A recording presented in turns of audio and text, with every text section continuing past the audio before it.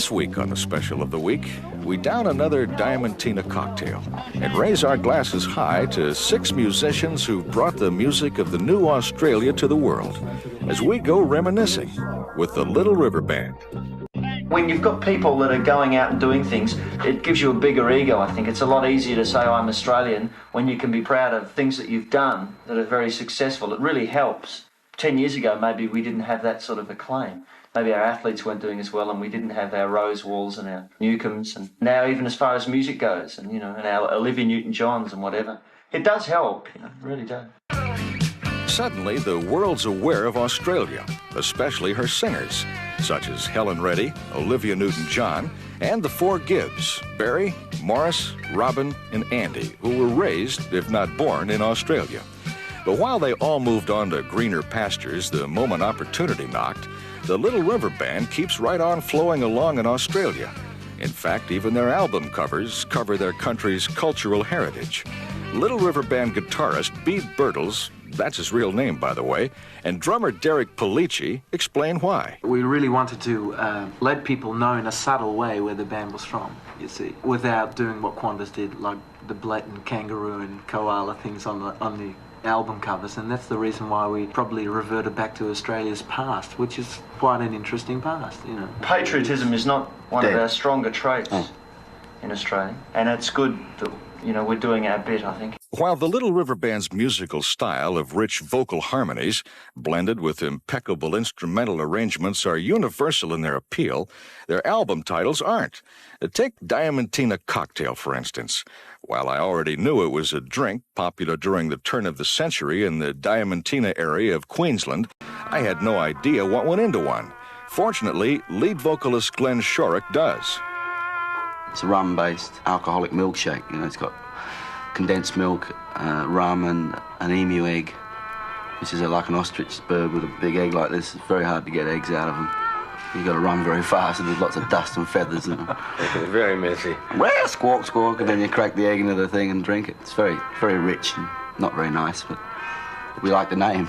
Yeah. Not the drink, we like the name. Now that riddle's solved, what in the world, or in Australia, is a sleeper catcher? Number 4, black.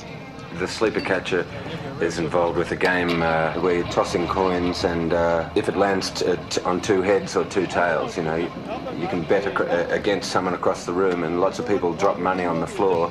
All the money is thrown into the centre of this gambling ring, and the sleeper catcher is a guy who sort of surreptitiously sneaks around and picks up money that people may leave on the floor, uncovered bets. Because they're the only international recording stars who've remained in Australia, and because they've patriotically popularized obscure moments in their homeland's history, you'd think George McArdle, Beeb Birtles, Glenn Shorrock, Pellicci, David Briggs, and Graeham Goble would be Australia's 6 most respected men. According to Glenn, not only did the Little River Men have to make it abroad before being taken seriously back home, but once they did, they were put down under. We've got the other thing that happens unique to Australia is as soon as you become famous, there's some backlash that happens, there's some negative reaction from your audience. Because you've got to that lofty heights, they tend to resent it for some reason or other. If you want to get deep into it, it could be the actual origins of the country in the first place, because it came from convicts, and it was pretty... There's a joke that Australia is the most balanced nation in the world because there's a chip on each shoulder.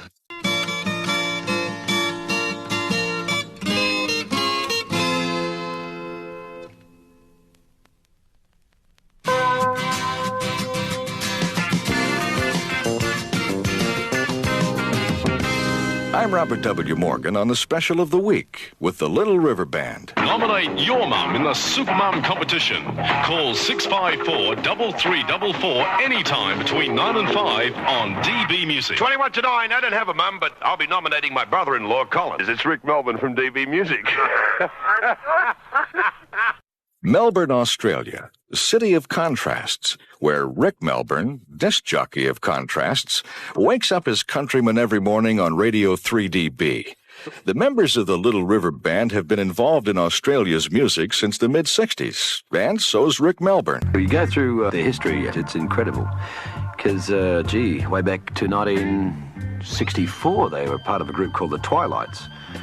Glenn Shorrock was, and then the Twilights broke off, and Glenn Shorrock, I think, went with Brian Cadd. I don't know what Brian's doing now.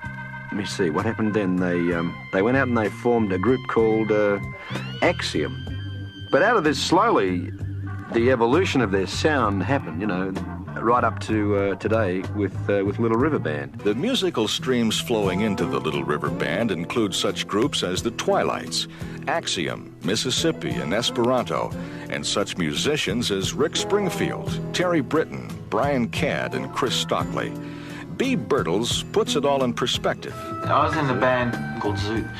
We were four really sort of good-looking guys, you know, it was like a team thing. Rick Springfield was the lead guitarist in the band. We used to also record songs written by a guy called Terry Britton, who's just recently wrote Devil Woman for Cliff Richard, you know. And he was the lead guitarist in the Twilights, which was Glenn's band, you see. You see, the thing you got to understand that at home, the pop scene is so small that it's incestuous, you know, like... for example, I'll tell you, the bass player with Bebop Deluxe used to be the bass player in Mississippi. This can go on and on and on, like Glenn with the Twilights and Brian Cadd with Axiom, and before that Stockley, the Dingoes, yada yada yada. You know, it just goes on and on. It's like a big family tree. Glenn Shorrock's band, Axiom, was Australia's first supergroup. However, another Australian axiom is that as soon as a group becomes successful there, they'll catch the first plane bound for England, and they hope stardom. We got hungry and went to England again and blew the band apart after about 9 months. And they all went back to Australia and I stayed on and became Esperanto. I just did whatever I could. You know. It forced me into writing songs. That was the positive thing I got out of that band. And from being in England, it forced me to become a songwriter and believe that I could write songs. Because up until then, I always relied on someone else to do it. Well, I want to write songs that mean something to me as well as other people. Meanwhile, back on the other side of the world, another band was forming. This one with the fine old Australian name of Mississippi. Musically, Mississippi's the source of the Little River Band. Its tributaries include Graham Goble, Derek Pellicci, and Beeb Birtles, who says that as soon as Mississippi recorded their first hit, the far from prophetic Kings of the World, they too headed straight for England. Yeah, it was a weird thing. I mean, we travelled to England and I think within a space of about 6 weeks the band broke up, as most bands do. I mean, Glenn travelled to England twice with different bands, or 3 times, and they both broke up as well over there, you know. We met Glenn over there, who, at the time that we rang him up, he just had England as well, you know. When I rang him up, I said, "What are you doing?" And he said, you know, I've been hitting my head against a brick wall over here, I'm going home. And it just all fell together, you know, because on our past reputation, not only could we make better money at home, but also we could land ourselves a much, much better record deal. There was nothing muddy about Mississippi's thinking. Like the proverbial boomerang, they returned to Australia a new band, with new members and a new name, the Little River Band. Now all they needed was a hit record, and thanks to Graham Goble, they got one. Graeham lived quite a sheltered sort of life, like he lived with his parents until the age of 25, whereas ourselves will probably moved out from home at quite an early age. You know? Yeah, 12. And I got a roadmap packed in my lunchbox. he had a job with the government, and it was like, he was pretty much a day-to-day sort of person, you know, 9 to 5. And to become a musician and throw his day gig away and to do the sort of thing that he did must have been quite a big move for him, you know. And I think for that reason he probably wrote It's a Long Way There. Like, he could see what was ahead of him, but he also knew that it would take him a while to get where he wanted to get to. The Little River Band makes their way upstream. Next on the Special of the Week. I'm Robert W. Morgan.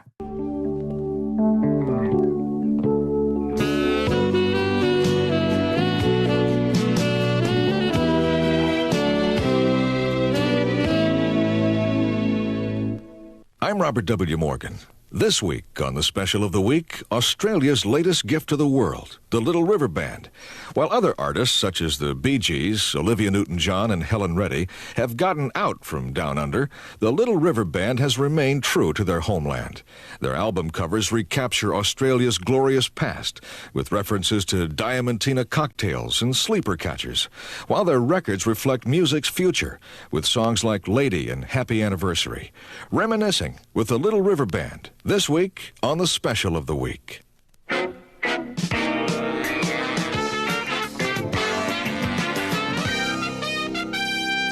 I'm Robert W. Morgan with the Little River Band on the Special of the Week.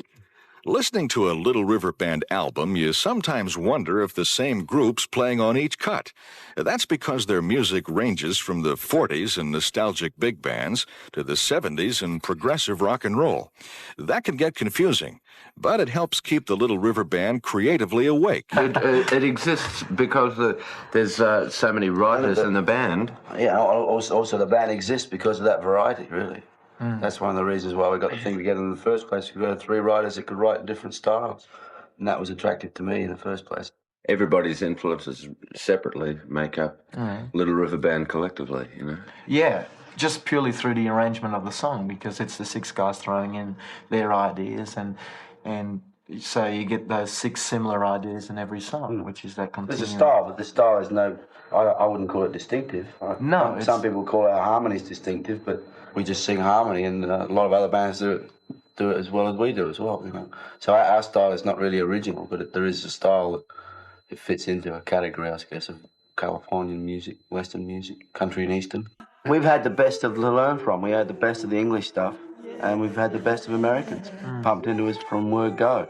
The thing about being an Australian musician is that you don't have the superstar musicians to be exposed to that you have in the US. For the last 10 years that I've been a musician, I've sort of tried to constantly be aware of what is happening overseas, you know, so that I can have my finger on the pulse internationally, and so that I can continue to learn and progress rather than just remaining within Big fish Australia, in a small pond. looking at Australia as being the total concept, and that's where it's at, you know. Despite their Australian isolation, the Little River Men have no intention of getting out from down under. In fact, when their patriotism was questioned for calling themselves Mississippi, the boys acted immediately.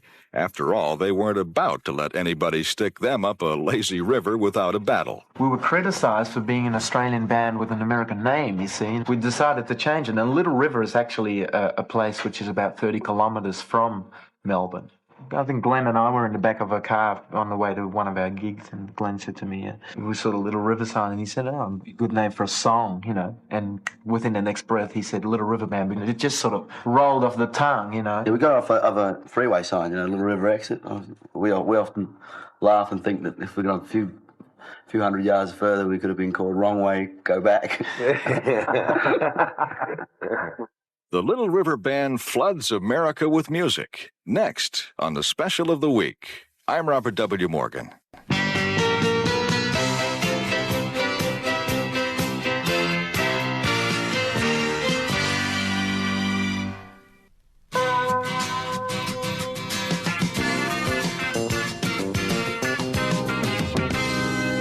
I'm Robert W. Morgan on the Special of the Week with the Little River Band. America, land of contrasts, but America's also a land of plenty, where 51% of the world's records are sold. Naturally, the Little River Band wanted a slice of that rich American pie for themselves, so they've toured the United States as often as possible. I love America. I've always been in awe of America. And when I first came in '76, it just blew me away. It's the most friendly place, you know, as well as being stimulating from all sorts of different angles. But there's one negative thing about Americans that annoys me, is that they're very insular as far as they think that America's the centre of the world and half the world, you know. A lot of people don't even know where Australia is. They don't even know what hemisphere it's in. There's a classic thing the other day. This lady, old lady, very well-spoken, must have obviously had money, said to Graeham, oh, you're Australian, are you? And what language do you speak down there? We find that being on the road, or once we're on the road, food becomes a very important thing to us. You know, you seem to look forward to a really good meal at least once a day, but it doesn't really happen once a day. It happens more like 2 or 3 times a week, you know. I know, and you start to look for different things in your room. You know, oh, that lampshade's better. You know, it's I've got a separate bathroom, or you know, I've got a king size bed instead of 2 twins. It's almost impossible to exaggerate how far away Australia is from America. It's 18 time zones ahead of Los Angeles, for example, and 18 hours away by air. A round-trip ticket can cost as much as $2,400. So when you're an Australian rock group touring America, you'd better be serious. And once you've crossed the Pacific, staying in touch with your family can also be expensive. A simple phone call costs $9, and that's only for 3 minutes. The highlight now is getting back to LA, because it's really a home away from home. Because in this environment, you can get in and everyone stocks up, puts things in the fridge, and you can go down. And you can open your case. The supermarket. Get everything out of your case. And that should have seen the stuff that ran out of my case. Little creatures with their hands over their eyes. I can't have it. They're in the dark for so long. I think what we're talking about here is that it's that closeness to home, Anything that closely resembles the security of what you've got at home. Being reminded of home while on the road is one form of security. Another is turning on a radio in a foreign country on the other side of the world and hearing a song you've written. David Briggs and Beeb Birtles shared that experience with a song they composed together. Well, all I had was like "Happy Anniversary, Baby, Got You on My Mind" and 2 chords to go with it. And it was probably the first song that I've written lyrically where it hasn't pertained to something that's actually happened to me, or I can relate to it. It's purely a fantasy story, and I thought I'd write this song about this guy who's without his chick, but it's their anniversary, that sort of thing. I'm Robert W. Morgan.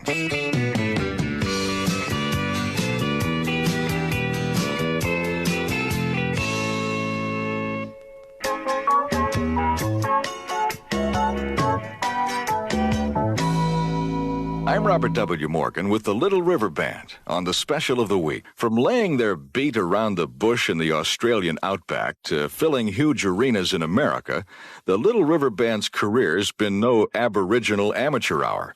Instead, it's been marked by professionalism. Glenn Shorrock, you'll recall, is a manager turned musician. On the other hand, their manager, Glenn Wheatley, is a former musician, one who can still appreciate a good prank on the road. Glenn Shorrock really is the prankster. When he's out on the road, he really enjoys the road. He makes the most of it. Especially him and Derek together are just crazy. I mean, Derek is the fall guy, and Derek and Glenn have got this routine together that's very funny. It's very often that you'll walk onto the plane and here's Derek and Glenn sitting down there with the pillow slips from the little pillows that you have on the plane pulled over their heads with hats on and glasses, and they're sitting here flipping through magazines, reading the magazines as the people are filing past and getting onto the plane. I mean, it's just a riot, you can't believe. 4 of Little River Band's 6 members write. And with that many composers, the band has more tunes than grooves available each time they record a new album. And just how do they decide whose tune will make it onto vinyl? We have a democratic vote. They fight. Yeah. They hand out the boxing gloves and the last one left standing. No, we have a point system for the songs, and you might figure, well, this song's a 6 out of 10, and I reckon that song's a 2 out of 10, and that song's a minus 2 out of 10, So occasionally it might have to boil down to that, where it's A against B and someone else has to decide what it's going to be. The band is basically a singer-songwriter band, I think. I mean, we don't consider we're the best players in the world. We're just a group of musicians who write songs and sing them, and that's the whole basis. We work well as a unit, yeah. Yeah, our strength is 6 people individually doing their thing that makes up the total one unity. Little River Band. Band of contrasts. They slip from rock and roll into mellow ballads as easily as a disc jockey slips another one of their records on a turntable. They're boldly honest about Australia's shortcomings, but they also fiercely love their homeland and have no desire to live elsewhere. They deal in fantasy and reality, harmony and variety. The Little River Band. They have no intention of ever drying up. None of us has gone past 2 albums before. That's right. Before the band breaking up. And it's a great achievement now to have 4 albums under your belt, and it looks like we're going to do 6 or even 10 albums. And that'd be nice, to look back on and say, well, that's a part of my life that was very successful for me and will stay with you for a long time. Whereas I think the first LRB stuff you could listen to in 10 years' time and still get a reasonable amount of satisfaction from it. When everybody's going in the 1990s and 2001 to go and see a tape recorder on stage and listen to that, beautifully lit. And a man in a white coat and gloves comes on and goes, click, and we all sit back and go, isn't that nice? The special of the week on the Little River Band was written and produced by Alan Daniel Goldblatt. Associate producer Jerry Hyman. Our director and travelogue narrator was Lee Hansen. Our engineer, Stu Jacobs. The Special of the Week is produced and distributed by Watermark Incorporated. Executive producer Tom Rounds. I'm Robert W. Morgan. Thanks for listening.